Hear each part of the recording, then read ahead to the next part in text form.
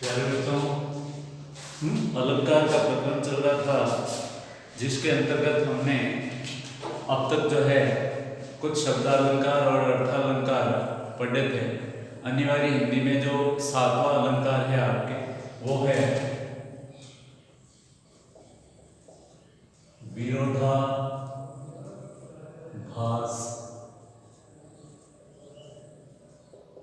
अलंकार।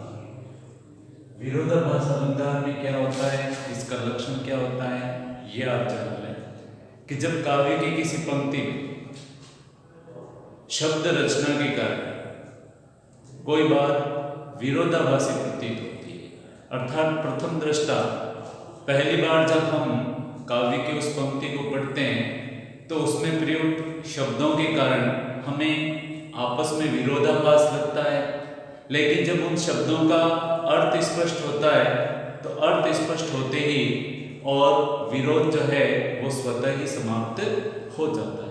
ऐसी स्थिति जहाँ भी होती है वहाँ पर विरोधाभास अलंकार होता है। तो इसका लक्षण लिख लें, जहाँ काव्य की किसी पंक्ति में शब्द रचना के कारण प्रथम दृष्टा पंक्ति को पढ़ने पर विरोध प्रतीत होता है, लेकिन शब्दों का अर्थ स्पष्ट होते ही विरोध समाप्त हो जाता है। वहाँ विरोधाभास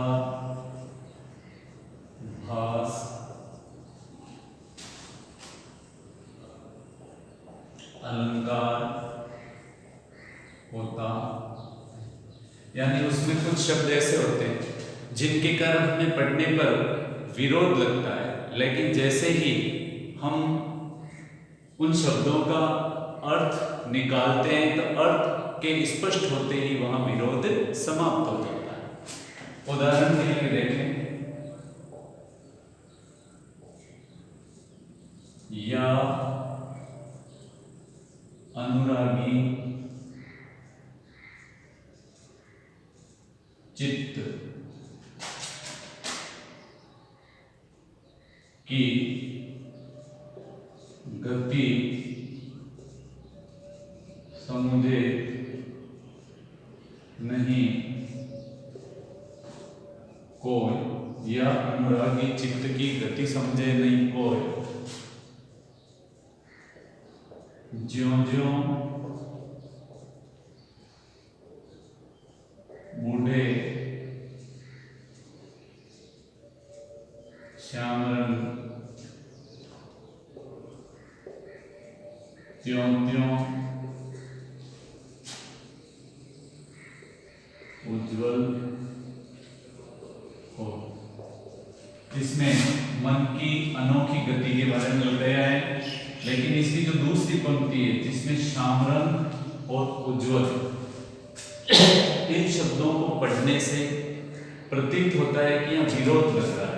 इसमें एक तरफ कह रहा है कि बूढ़े का मतलब होता है डूबना, कि जैसे जैसे श्याम रंग में डूबता है यानी काले रंग में डूबता है तो उज्जवल हो यानी सफेद हो जाता है। तो यहाँ विरोध लग रहा है कि काले में डूबने से सफेद कैसे हो जाता है, विरोध लग रहा है। तो प्रथम दृष्टा यहाँ विरोध लग रहा है, लेकिन जैसे ही इन शब्दों का अर्थ स्पष्ट होगा, यहाँ श्याम से मतलब है कृष्ण, रंग से मतलब है प्रेम, यानी श्याम रंग का मतलब हो गया कृष्ण प्रेम, उज्ज्वल से मतलब है यहाँ पवित्र। तो देखो पहले तो लग रहा था कि काले में डूबने से सफेद हो जाता है, तो वहां विरोध लग रहा था क्योंकि काले में डूबने से सफेद नहीं होता, लेकिन जब इनका अर्थ स्पष्ट हो गया कि यहाँ कृष्ण श्याम रंग से मतलब है कृष्ण प्रेम और उज्ज्वल से मतलब है पवित्र, तो जैसे ही दोनों शब्दों का अर्थ स्पष्ट हुआ तो यहाँ विरोध समाप्त हो गया। अब यहाँ विरोध नहीं लग रहा, क्योंकि मन कृष्ण के प्रेम में डूबता है तो निश्चय ही वो उज्ज्वल या पवित्र हो जाता है। तो इस तरह से जहाँ पहली बार पढ़ने पर तो विरोध लगता है, लेकिन शब्दों का अर्थ स्पष्ट होते हैं और विरोध समाप्त हो जाता है, वहां पर विरोधाभास अलंकार होता है। दूसरा उदाहरण और देख लें। मीठी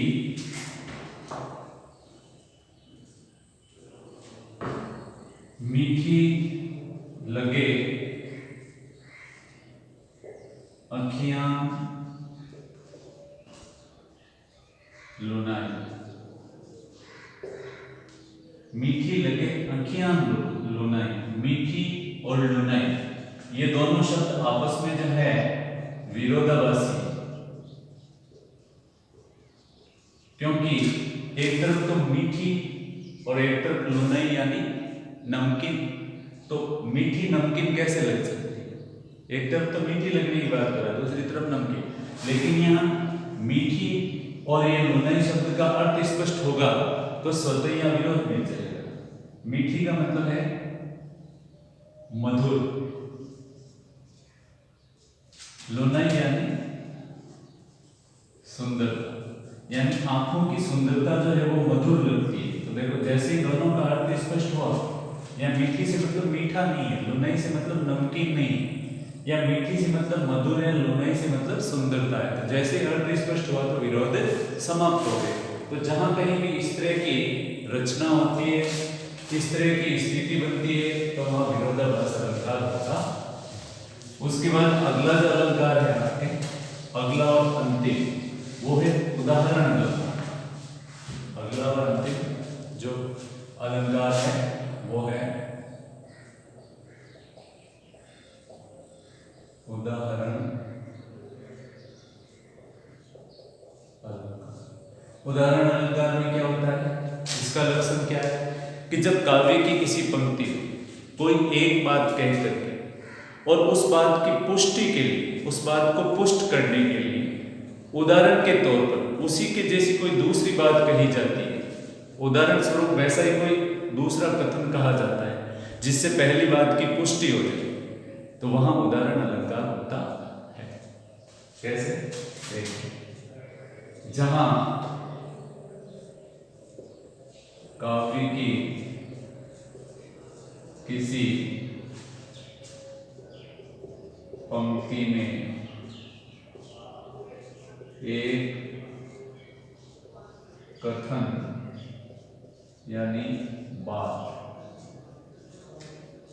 कहकर उस बात यानी कथन की पुष्टि के लिए उदाहरण के रूप में उसी के समान दूसरी बात कही जाती है, वहां उदाहरण अलंकार होता। यानी पहले एक बात कही जाती है, फिर उस बात को पुष्ट करने के लिए उसी के समान अन्य कोई बात कही जाती है जिससे उस बात की पुष्टि होती है। इसमें ज्यों जिमी जैसे यथा इत्यादि वाचक शब्द भी प्रयुक्त होते हैं। ये इसके वाचक शब्द हैं जिसके द्वारा इनकी पहचान की। ऐसे शब्दों के द्वारा भी हम पहचान सकते हैं कि इसमें उदाहरण भी। अब इसका उदाहरण लीजिए।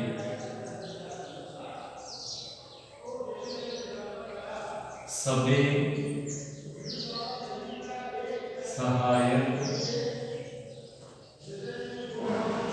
सबल के कोई न निबल सहाय। सबे सहायक सबल के कोई न निबल सहाय। पवन जगावे आग ज्यों। ज्यों शब्द आ गया वाचक शब्द।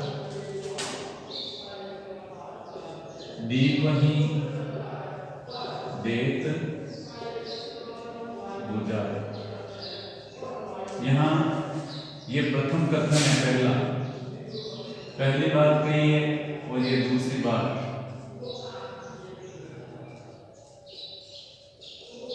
पहली बात कह गई है कि जो बलशाली होते हैं उनकी तो सब सहायता करते हैं, लेकिन जो निर्बल होता है उसकी कोई सहायता नहीं करता है।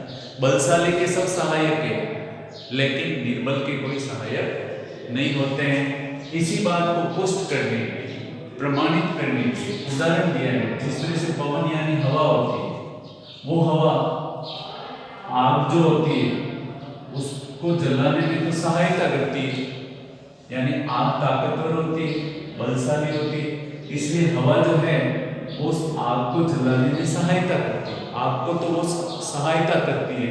और वही हवा जो है, क्योंकि दीपक कमजोर होता है इसलिए दीपक को क्या करती है, बुझा देती है। जिस तरह से हवा होती है आग को तो जलाने में सहायता करती है, वही हवा दीपक को बुझा देती है। क्योंकि आग तो ताकतवर होती है, दीपक कमजोर होता है। तो यहाँ पहली बात को प्रमाणित करने के लिए उसी के समान दूसरी बात उदाहरण के तौर पर कही गई है। भाई जिस तरह से बलशाली के तो सब सहायक होते हैं लेकिन निर्बल का कोई सहायक नहीं होता है। कैसे कि जैसे हवा होती है आग को तो जलाती है, दीपक को बुझा देती है। तो इस तरह से पहली बात को पुष्ट करने के लिए दूसरी बात यहाँ उदाहरण के तौर पर कही गई। दूसरा उदाहरण, नीकी पर फीकी लगे बिन अवसर की बात। जैसे वाचक शब्द आ गए, वर्णत युद्ध में, जैसे वर्णत युद्ध में रस श्रृंगार न सुहा।